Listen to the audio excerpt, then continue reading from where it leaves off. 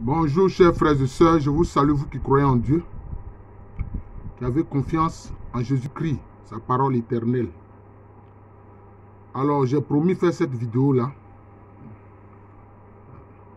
pour parler de l'esprit de mort. Alors ceux qui parlent beaucoup de l'esprit de mort, ce sont nos frères évangéliques qui parlent de l'esprit de mort.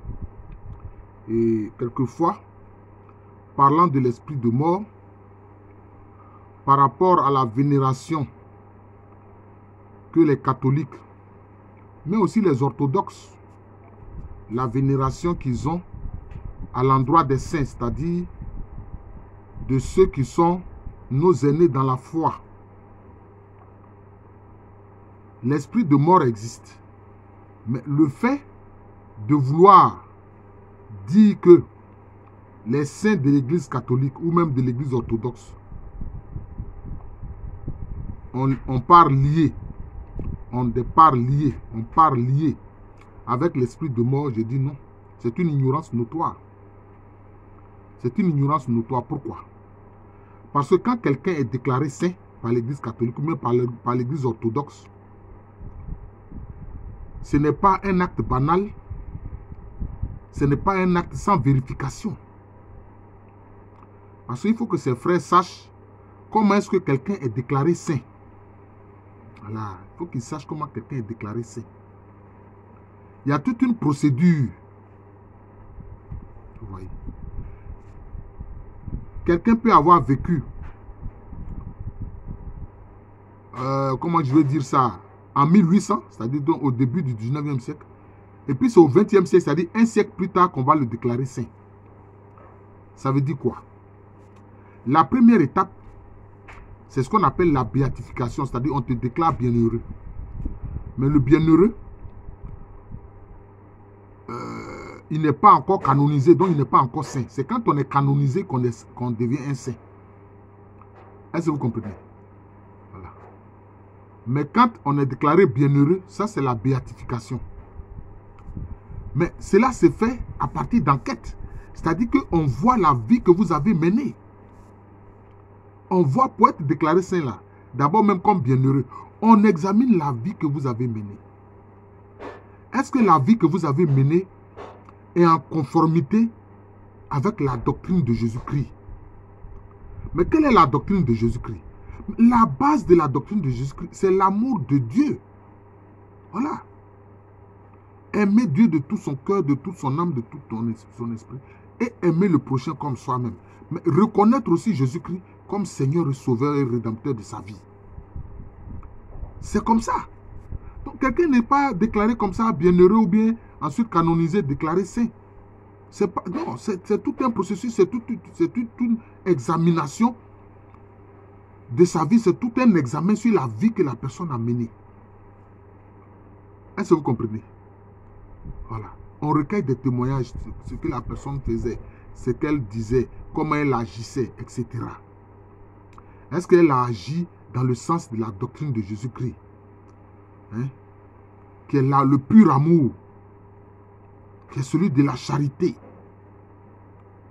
Maintenant, un des aspects pour être déclaré saint, il faut que quelqu'un ait prié Dieu et ait demandé l'intercession de la personne pour qui il y a un procès en canonisation. Parce qu'il y a ce qu'on appelle un procès en canonisation, c'est-à-dire des gens ont déposé des papiers au Vatican pour dire que nous pensons, des fidèles, nous pensons que telle personne-là est une personne sainte. Donc on a déposé un papier en canonisation. C'est par rapport à ce papier en canonisation, si quelqu'un, par exemple, est malade, je prends un exemple banal, la personne est malade. Depuis, elle ne trouve pas de solution. La médecine même n'arrive pas à guérir la personne. Et puis, le nom de la personne qui est déposée en canonisation, le malade lui demande à Dieu plutôt, par son intercession, de guérir. Par son intercession de guérir. Si cela est fait que la personne guérit, alors c'est une guérison miraculeuse parce que là, la science même n'arrive pas à expliquer pourquoi et comment la personne a été guérie de son mal. Je vais vous prendre un exemple très récent. Le pape Jean-Paul II.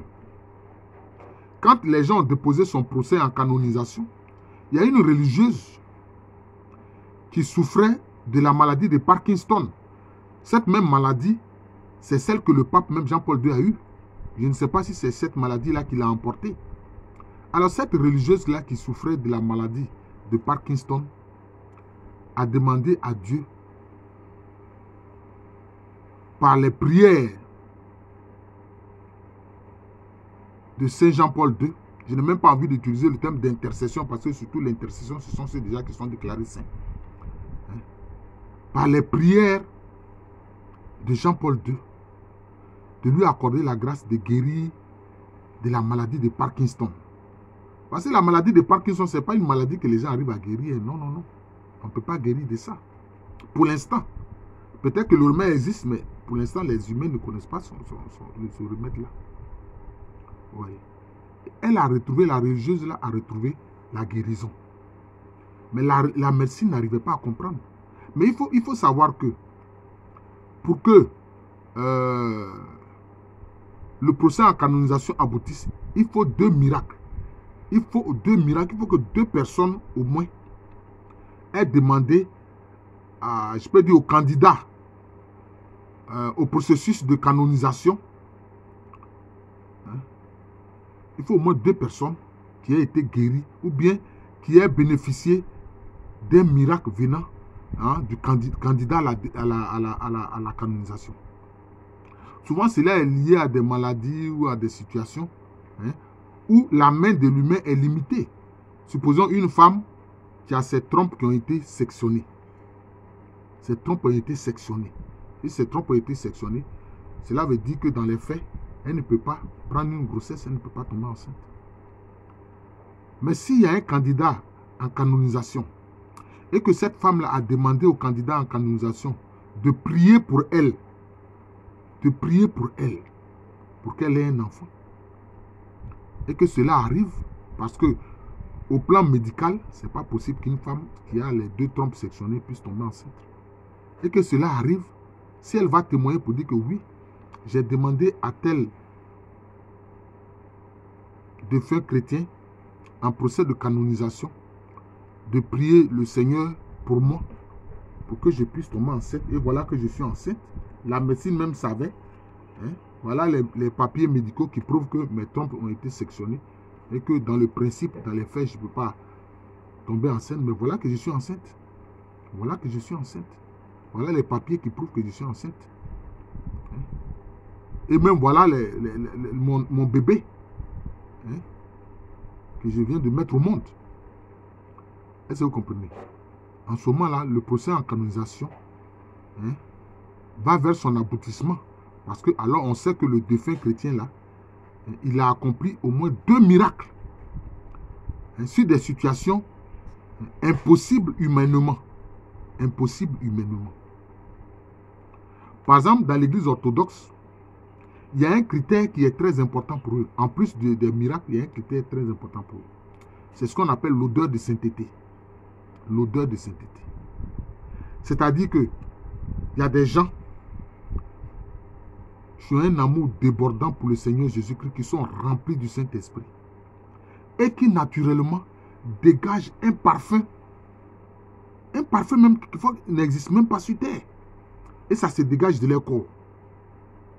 Ça se dégage de leur corps.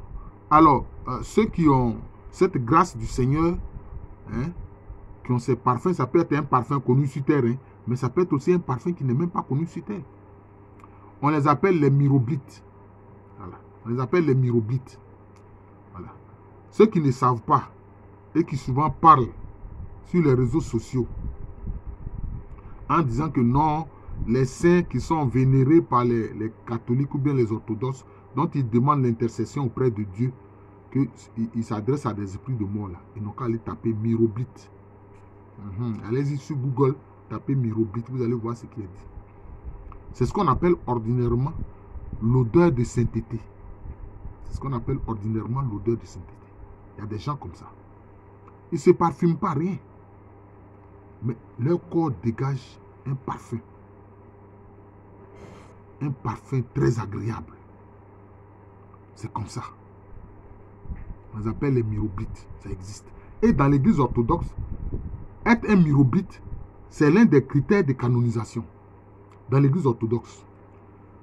Si tu n'es pas un myroblite, si tu n'as pas l'odeur de sainteté, même au moment où tu vivais, s'il n'y a pas ce doux parfum qui se dégage de ton corps, sans que tu t'aies parfumé avec des éléments de parfumerie, c'est un des critères importants pour la canonisation.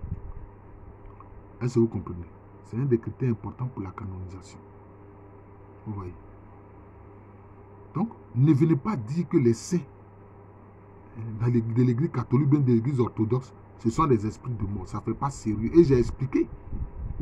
Tous ceux qui ont cheminé avec le Seigneur Jésus-Christ, remplis de l'Esprit Saint tout au long de leur vie, qui sont dans le sein du Christ. Il a dit quoi à son Père? Il dit, Père, c'est ce que Jésus a dit. Il dit, Père, là où je suis, je veux que ce que tu m'as donné soit avec moi. Là où je suis, je veux que ce que tu m'as donné là soit avec moi. Donc nous serons avec Jésus-Christ. En tout cas pour ceux qui croient en lui et qui obéissent à ses commandements. Si tu n'obéis pas à ses commandements, là il va te dire, allez, loin de moi, vous qui commettez l'iniquité, vous qui faites le mal. Il va dire, je ne vous connais pas. Vous comprenez? Mais si tu as cheminé le Christ dans le Saint-Esprit, là où il est, toi aussi tu seras. Et là, tu es un saint. Et on peut demander ton intercession. On peut demander ton intercession. J'ai déjà fait une vidéo où est-ce que le riche, dans l'épisode du riche et de Lazare, Lazare et le riche, ce riche qui avait un cœur de pierre, très méchant, il était mort, non? Mais est-ce qu'il n'a pas demandé l'intercession d'Abraham? Mais seulement sa demande a échoué. Lui, sa demande a échoué. Voilà. Maintenant aussi du vivant, quelqu'un qui est vivant, on peut demander son intercession. On a vu Abraham intercéder pour les habitants de Sodome. Pour les habitants de Sodome. Vous voyez. Donc, les saints dont nous demandons l'intercession, c'est une réalité. Si tu ne demandes pas l'intercession, que tu demandes à ton frère, le frère de ta communauté, de prier pour toi, bon, c'est une bonne chose aussi. Mais ne viens pas dire que, parce que les chrétiens demandent l'intercession d'un saint ou d'une sainte, qu'ils ont fait appel à un esprit de mort. Ça ne fait pas sérieux. Voilà. Parce que ceux qui croient en Jésus-Christ sont près de lui. Voilà. C'est une insulte grave. C'est une insulte grave à l'esprit. Parce que c'est le Saint-Esprit qui les a sanctifiés, hein, et qui a fait qu'ils sont à côté de Jésus-Christ. Maintenant, je dis que l'esprit de mort, ça existe. Mais seulement ces frères, hein, qui taxent, hein, les saints de l'église catholique ou orthodoxe d'esprit de mort, je leur ai montré, je viens de leur montrer qu'ils se trompent. Et puis maintenant, je vais leur montrer que l'esprit de mort, ça existe. Mais qu'est-ce que c'est l'esprit de mort? Tu peux être là. Même tu peux te prétendre chrétien. Mais en réalité, tu n'es pas chrétien. C'est-à-dire que tu n'es pas un disciple de Jésus. Parce que tu commets ce que Saint Jean l'évangéliste a appelé le péché mortel. C'est-à-dire que toi, dans les faits, tu es un hypocrite. Tu es dans l'église, tu es dans la communauté chrétienne, mais en réalité, tu fais partie des fils de la rébellion. C'est-à-dire que ceux, hein, qui tournent le dos au Christ et qui font quoi? Qui attristent le Saint-Esprit. Qui attristent le Saint-Esprit. En fait, c'est des gens qui mentalement, spirituellement et de leur cœur font le contraire de la volonté du Père Céleste. Rejettent les commandements de Jésus-Christ et refusent d'obéir au Saint-Esprit. Ceux-là, ce sont des esprits de mort. Même si vous le voyez, il est vivant. Il est venu assister au culte avec vous. Ou bien il est venu à la messe avec vous. Vous l'avez vu, il a fait la messe. Mais tout son être s'oppose à Dieu. Celui-là, c'est un esprit de mort. Je répète. Celui dont tout l'être s'oppose à Dieu. Il est sur terre, mais tout son être s'oppose à Dieu. Tout ce qu'il fait s'oppose à Dieu. il est contre la volonté du Père Céleste. Il est contre les commandements de Jésus-Christ. Il est contre le désir du Saint-Esprit. Celui-là, c'est un esprit de mort. Voilà ce qu'est l'esprit de mort. Donc ne vous trompez pas sur ce qu'est l'esprit de mort. Hein? Toi qui es en train de rejeter l'intercession des saints, comme le font les catholiques, et puis toi-même là, tu fais tout le contraire de ce que Jésus-Christ commande. Tu es un esprit de mort. Donc, être un esprit de mort, c'est être coupé de Dieu. Quand tu es coupé de Dieu là, quand tu es vivant là, et puis tu es coupé de Dieu là, tu es un esprit de mort. Mais quand tu es mort là, là tu es en enfer. Quand tu es mort et puis tu as été quelqu'un qui est coupé de Dieu là, c'est ce qu'on appelle la seconde mort. Là tu es en enfer. Voilà. Voilà. Lisez ce que Saint Jean l'évangéliste a dit de la seconde mort. Lisez le livre de la Révélation, l'Apocalypse. Parce que ce n'est pas un ouvrage qui est facile à comprendre. Hein. Le livre de la Révélation, ce n'est pas tout le monde qui comprend ça. Ce n'est pas tout le monde qui comprend ça. Voilà. Donc c'est ça. L'esprit de mort là, c'est ça. Celui qui est coupé de Dieu. Qui fait le contraire de la volonté du Père Céleste. Qui s'oppose au commandement de Jésus-Christ en toute conscience. Hein? Qui rejette la charité et la communion du Saint-Esprit. C'est celui-là l'esprit de mort. Même si tu le vois vivre, en fait, cela veut dire quoi? En fait, il ne vit pas. Il végète. Il végète. Il ne vit pas, il végète. Voilà. Tu le vois, il marche. Apparemment, il est en bonne santé. Il mange, il fait tout. Bon, etc. Mais c'est un esprit de mort. Parce qu'il est coupé de Dieu. Toute sa vie est coupée de Dieu. Tout ce qu'il fait s'oppose à la volonté de Dieu. Voilà. Celui-là, c'est un esprit de mort. Donc, il faut savoir ce qu'est l'esprit de mort. Voilà. Et ne pas se permettre de traiter d'esprit de mort ceux qui sont auprès de Jésus-Christ. Parce que si vous faites ça, celui qui est auprès de Jésus-Christ que vous traitez d'esprit de mort, il va dire, mais Seigneur Jésus, tu vois celui-là. Hein? Alors que toi, tu m'as accueilli, je suis auprès de toi. Et regarde ce qu'il dit de moi. C'est ce qu'il va dire. Et regarde ce qu'il dit de moi. Voilà. Voilà. C'est ça. Comme ceux qui se permettent de dire que oui, la Vierge Marie, c'est une sirène des eaux. Elle va dire, Seigneur Jésus-Christ, mon fils, regarde ce que cette personne-là qui prétend être ton disciple, regarde ce que cette personne dit de moi. Regarde comment elle me vilipende, regarde comment elle humilie et mon nom. Voilà. Comme ça, tu vas comprendre que au plan spirituel, là, on ne joue pas. On ne dit pas n'importe quoi dans le plan spirituel. Même au plan physique, tu peux être condamné pour tes paroles. À plus forte raison au plan spirituel. Voilà. Donc, je vous remercie. Je suis le frère Jean de l'amour de Jésus. C'est mon nom spirituel. Et à l'état civil, je suis le professeur Aloukwamberene. Merci encore et bon week-end.